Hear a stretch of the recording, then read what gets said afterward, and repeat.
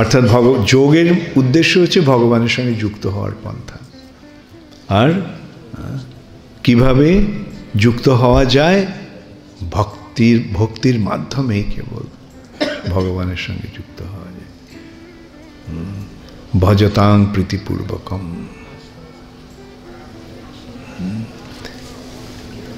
এইভাবে প্রথম 6টি অধ্যায়ে ভগবান কর্মযোগের স্তর করে বিশ্লেষণ করে তিনি পরবর্তী 6টি অধ্যায়ে ভক্তির বিশ্লেষণ করেন। আর এই ভক্তি কারা লাভ করতে পারে? অশ্রদ্ধ ধানা পুরুষ ধর্মশাস্ত্র পরন্তপ। যারা শ্রদ্ধাহীন তারা এই সমস্ত বুঝতে পারবে না। শ্রদ্ধাই হচ্ছে এই ভক্তি লাভের উপায়। শ্রদ্ধা,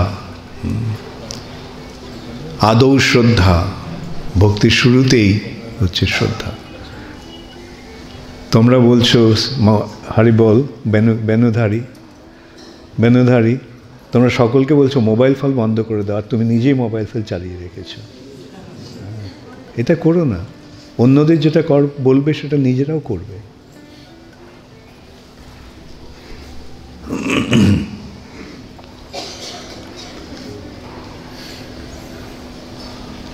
এইভাবে ভগবান ক্রমশ এই ভক্তির পথ দেখালেন। কিভাবে ভক্তি অর্জন করতে হবে? শ্রদ্ধার মাধ্যমে ভক্তি অর্জন করতে হবে। আদৌ শ্রদ্ধা। শ্রদ্ধা কি? শ্রদ্ধা শব্দে বিশ্বাস কহে সুদৃঢ় নিশ্চয়, কৃষ্ণে ভক্তি কইলে সর্বকর্মকৃত হয়। কৃষ্ণ ভক্তি করলে সব কিছু করা হয়ে যাবে, এটার নামই হচ্ছে শ্রদ্ধা। কৃষ্ণ ভক্তি কইলে সর্বকর্মকৃত হয়।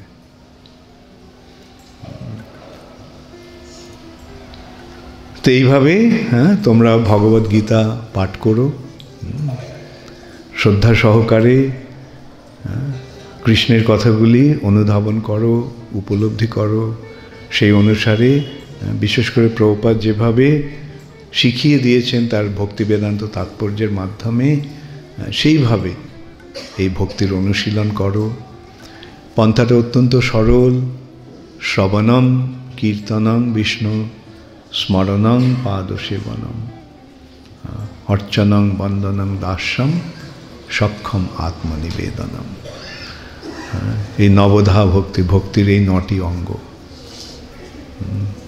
শ্রবণ, শুনতে হবে। তারপরে যেটা শুনলাম, যেটা বুঝলাম, সেটা অন্যদেরকে শোনাতে হবে। কীর্তন, প্রথমে শুনবো, তারপরে গাইব, বলবো। এর মাধ্যমে কি হবে? স্মরণ হবে। কীর্তন প্রভাবে স্মরণ হইবে। কীর্তনের প্রভাবে স্মরণ হবে। ভগবানের লীলা স্মরণ, ভগবানের কার্যকলাপ স্মরণ, ভগবানের সৌন্দর্য দর্শন, এগুলো আপনা থেকেই হবে। ক্রমশ এইভাবে অর্চন, বন্দন, দাস্য, সখ্য সম্পর্ক গড়ে উঠবে। অতএব তোমরা খুব ভালো করে এই ভক্তিপথে অগ্রসর হও। তোমরা আসল জায়গায় এসে গেছো। তোমরা আসল ট্রেনে উঠে গেছো। ব্যাস, এখন ট্রেনে চেপে থাকো, বসে থাকো। এই ট্রেন তোমাদের নিয়ে যাবে। আর সেই ট্রেন হচ্ছে ইসকন। অথবা আমরা যে বলি এটা নৌকা, যে নৌকাটা ভবসাগরকে উত্তীর্ণ করবে, সেই নৌকাটা ইসকন। আর সেই নৌকার কর্ণধারকে শিল প্রভুপাদ। ব্যাস, আর ভয় কি? সুতরাং জাস্ট আমাদের এই নৌকায় বা জাহাজে থেকে যেতে হবে। তার কালক্রমে আমরা দেখব ভবসমুদ্র পার হয়ে গেছে। হঠাৎ বলবে এক সময় যে পার এসে গেছে, কর্ণধার ঘোষণা করবে, পার এসে গেছে, এখন নৌকা ঘাটে বাঁধা পড়লো, সব এখন নৌকা থেকে উঠে নেমে তোমরা ওই পারে চলে যাবে। হরে কৃষ্ণ, গৌর প্রেমানন্দে। মহারাজ, আমি একটা প্রশ্ন করছি, শ্রীমত শব্দটা যে একটু বলতেন। শ্রীমত শব্দটা, শ্রী মানে হচ্ছে ঐশ্বর্য বা সৌন্দর্য বা সম্পদ।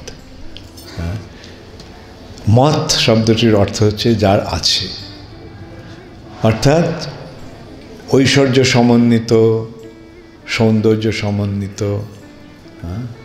যা বা যে, তিনি হচ্ছেন শ্রীমত।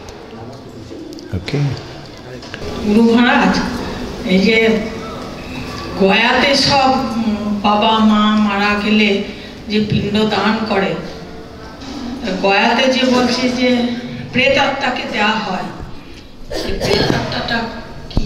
আমি তো বললাম এতক্ষণ আগে, প্রেতাত্মা সম্বন্ধে বললাম না? হ্যাঁ, ওটা তো বললেন, কিন্তু কেন আমরা তো ওটা না দিলেও পারি? বাবা মা ওর ফলে সদ্গতি হয়। বিষ্ণু পাদপীঠ হচ্ছে গয়া, সেখানে পূর্বপুরুষদের সদ্গতি কামনা করলে ভগবানের কৃপা লাভ হয়।